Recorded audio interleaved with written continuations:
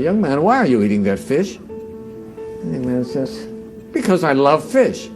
He says, oh, you love the fish? That's why you took it out of the water and killed it and boiled it. He said, don't tell me you love the fish. You love yourself.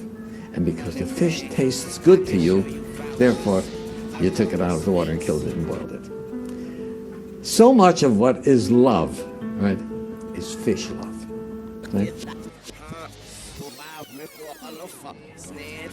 And so, young couple falls in love. Young man and young woman fall in love. What does that mean?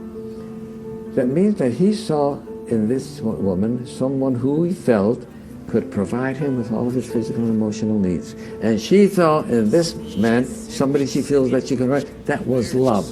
Right? But each one is looking out for their own needs. It's not love for the other. The other person becomes a vehicle for my gratification.